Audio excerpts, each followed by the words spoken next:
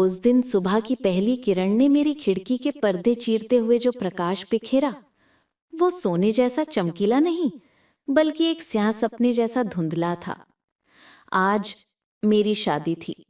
वो दिन जिसकी कल्पना में मैंने अपना बचपन बिता दिया, जिसकी रूपरेखा मैंने अपनी डायरी के पन्नों पर इतनी बार उकेरी थी कि कागज घिस गए थे। वो दिन आ गया था, पर एक अजीब सी सुन्नता थी मेरे अंदर। खुशी नहीं, एक गहरी दबी हुई पीड़ा थी जो मेरे रोम रोम में समा चुकी थी। मेरी दृष्टि सीधे मेज पर रखे उस लाल जोड़े पर टिक गई जो सिल्क का था और जिस पर सोने चांदी की कढ़ाई चमक रही थी, मानो मेरे आंसुओं को चुनौती दे रही हो। कहानी की शुरुआत एक पुरानी फिल्म की तरह हुई थी, जहां नायक और नायिका की मुलाकात किसी संयोग से होती है। मेरा नाम अवनी है और उसका नाम आर्यन था। हमारी मुलाकात कॉलेज की लाइब्रेरी में हुई थी। वही पुराना घिसा पिटा स्क्रिप्ट, एक ही किताब के लिए हाथ बढ़े, उंगलियां छुईं और नजरें मिल गई। पर उस पल की सरलता ने ही मेरी जिंदगी की दिशा बदल दी। आर्यन वो लड़का था जिसके बारे में हर लड़की सपना देखती है। शांत, समझदार और उसकी आंखों में एक अजब सी गहराई थी जिसमें उतरते तुम खो सी जाती थी। धीरे धीरे दोस्ती गहरी होती गई। फिर वो दिन आया जब उसने एक छोटे से कैफे में अपनी चाय ठंडी करते हुए मुझसे पूछा, अवनी, क्या तुम्हें लगता है कि सही वक्त आने पर प्यार खुद ब खुद अपना रास्ता बना लेता है? मैं कुछ जवाब देती उससे पहले ही उसने अपने बैग से एक छोटा सा उपहार निकाला। भीतर एक सुनहरी चेन थी जिसमें एक छोटा सा हार्ट लॉकेट लटक रहा था। उस दिन के बाद से मेरी दुनिया ही बदल गई। हर सुबह उसके मैसेज से शुरू होती और हर रात उसकी आवाज सुनकर खत्म। वो मेरा पहला प्यार था, मेरी पहली हर चीज।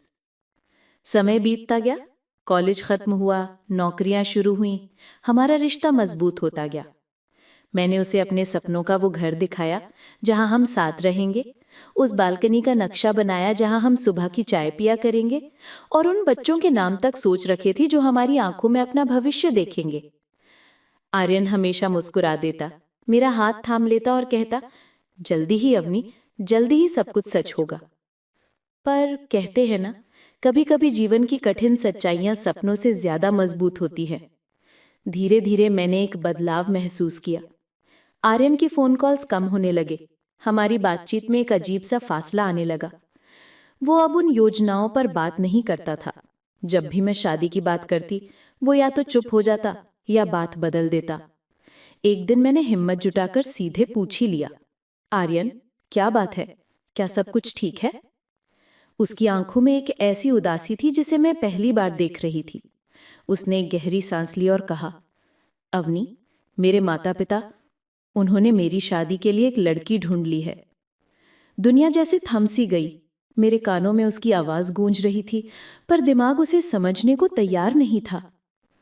पर हम? मैं बस इतना ही कह पाई। मैं जानता हूं कि ये गलत है, लेकिन अवनी, तुम जानती हो मेरे परिवार की स्थिति। पिताजी की तबीयत ठीक नहीं है, बिजनेस का बोझ। ये रिश्ता सिर्फ एक रिश्ता नहीं बल्कि उनके लिए एक सहारा है। मैं उन्हें निराश नहीं कर सकता।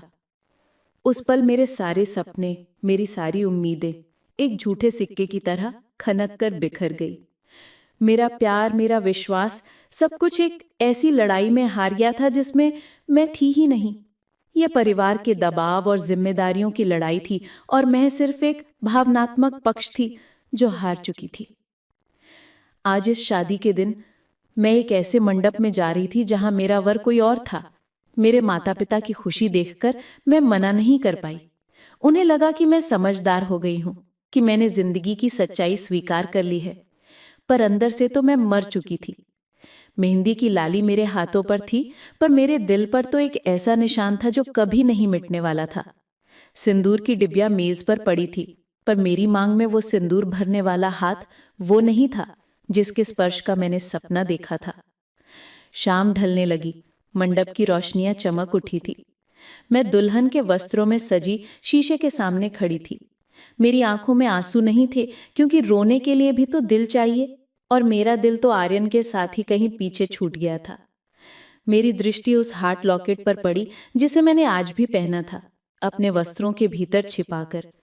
वही एक चीज थी जो मेरे पास बची थी। फेरों की घंटियां बजने लगीं। मैंने अपने घूंघट को और गहरा कर लिया। हर कदम पर मुझे आर्यन की याद आ रही थी।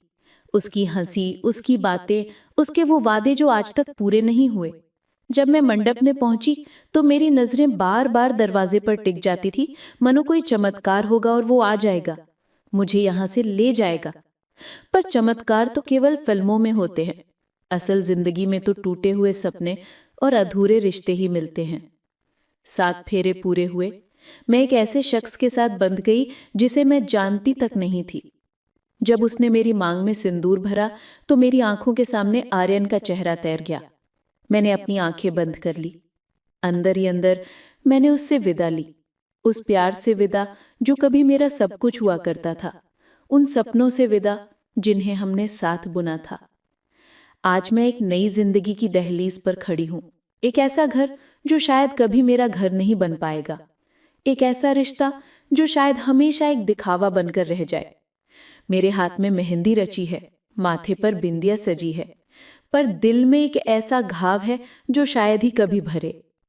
दुल्हन बनके सपने तो मैंने सजा लिए, पर मेरा रिश्ता, मेरा पहला प्यार, मेरी पहली कहानी, वो अधूरी रह गई।